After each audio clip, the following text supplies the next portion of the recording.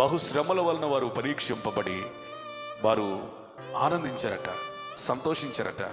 పరీక్ష కొరకు సిద్ధపడుతున్నటువంటి విద్యార్థి టీవీ చూస్తున్నావు, యూట్యూబ్లో సమయాన్ని గడుపుతున్నావు, ఫోన్లో ఆటలాడుతున్నావు, సినిమాలతో, షికార్లతో, స్నేహితులతో కాలయాపన చేస్తున్నావు.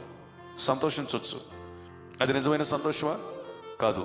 అతడు ఆ పరీక్షను రాసి అత్యధికమైన మార్కులతో అనేకులు ఎదుట కనపరచబడినప్పుడు అతనికి ఆ కలిగిన శ్రమలను బట్టి, అనగా ఉదయాన్నే లేచి చదవటం, రాత్రి నిద్ర మానుకొని చదవటం, చదువు మీదే దృష్టిని సంవత్సరం అంతా కేంద్రీకరించి ఆ పరీక్షలన్నిటిలో సఫలత పొందినప్పుడు ఆ విద్యార్థికి శ్రమలను బట్టి కృంగుబాటు రాదు, కానీ శ్రమలను బట్టి సంతోషం కలిగింది.